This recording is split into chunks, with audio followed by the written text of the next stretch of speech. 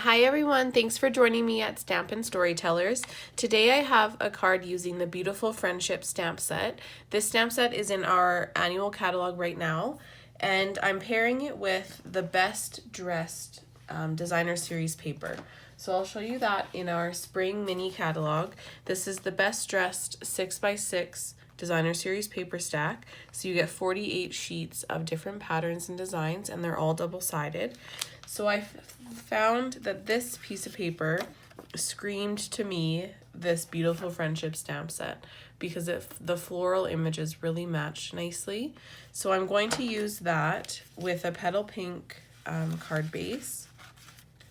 So I will start with stamping on our stitched, what is this? A stitched nested label die. And we'll start with Melon Mambo and Petal Pink and Granny Apple Green. So this is the third largest nested label die. Petal Pink and Granny Apple Green. So we'll start with our rose image.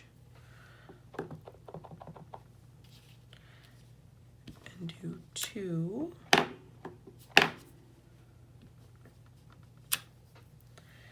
and then kind of the rose bud images in Petal Pink.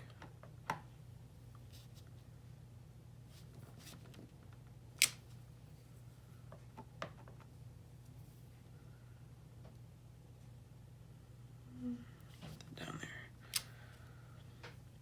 And then the single leaf image.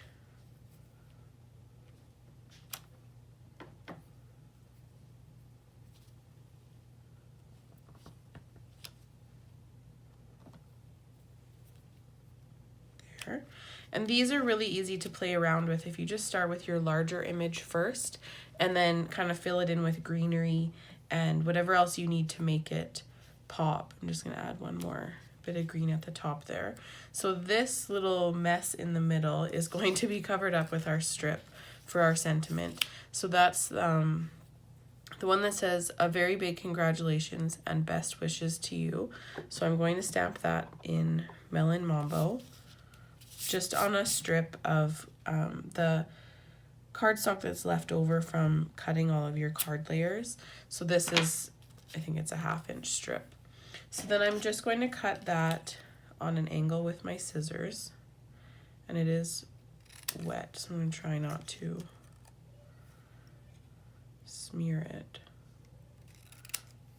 So I'll leave that and put it aside for a second. Then, because we don't want the inside of our card to be plain, we'll do some similar stamping with our roses again on the inside, just to tie that paper in because it's so easy to match. This is also a good stamp set to make your own designer series paper. If you don't have this paper, you could just stamp a whole bunch of images on one larger piece and you'd be able to make your designer series paper. Put this one this way.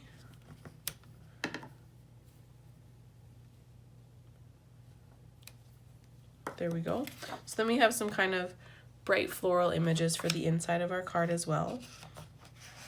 Then I'll bring in a piece of Petal Pink that is 4 1/4 by 5 1/2, so it's the size of our card front. Oh, that's through the inside. And I have pre-embossed it with the subtle embossing folder. If you don't have that embossing folder, you could use another one as well.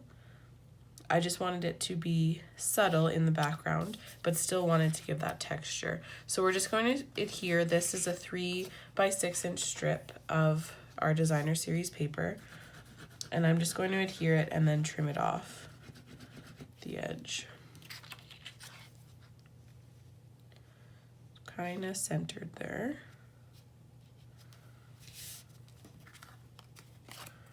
And find my scissors and trim that off just along the cardstock.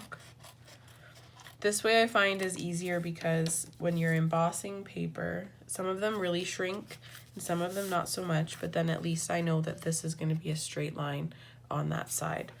So then we'll take our petal pink card base and fold that in half.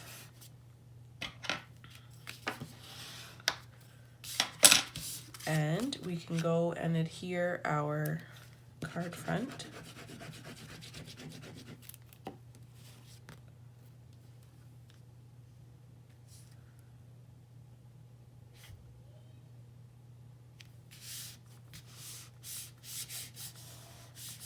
So now we have, so when you, on the card front layer, you have that texture, but the inside is still nice and plain. Sometimes when you would emboss the actual card front, if I had just done this piece, then it gets pretty wobbly and it doesn't lay flat anymore is what I find. Then I'm going to tie in our Granny Apple Green texture weave ribbon. So I'll start with just adding 3 glue dots to the back of our label piece.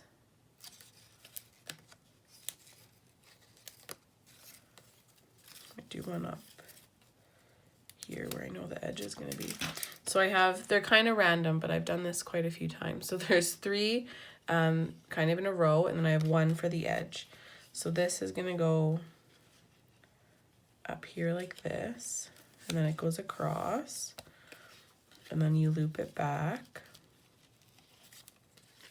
and that one will go across the middle one, and then you loop it one more time, and that one will go across the bottom dimensional.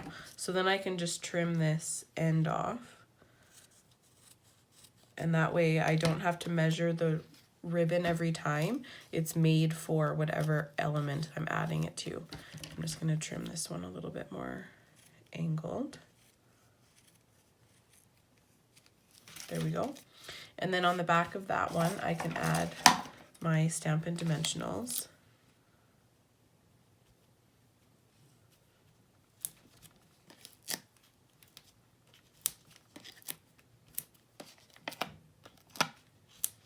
So I've put 5.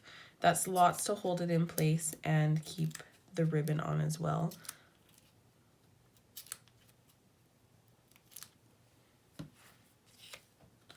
So then I add that to the side, a little bit lower there. And now that I have my stamped layer on top of that DSP, it really brings out those colors. Even though these are different flowers, it's still a nice blend of flowers. Then we can adhere our inside layer.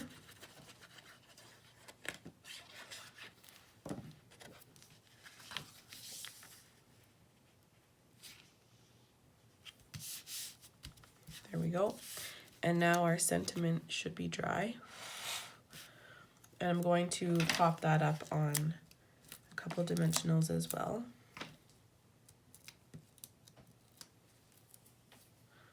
And we'll center that just across where all those stems meet.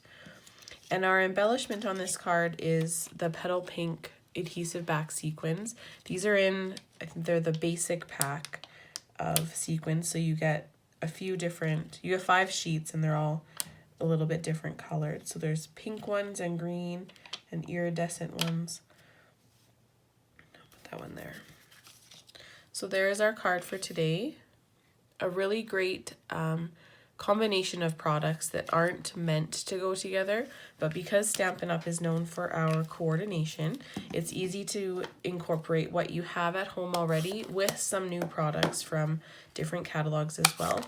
I hope you enjoyed my card for you today. If you'd like to purchase any of these items from my online store, please visit my blog, stampinstorytellers.blogspot.com, and you can order online with the host code and you'll receive a make and take packet in the mail as well. Thanks for joining me. Have a great day. Bye.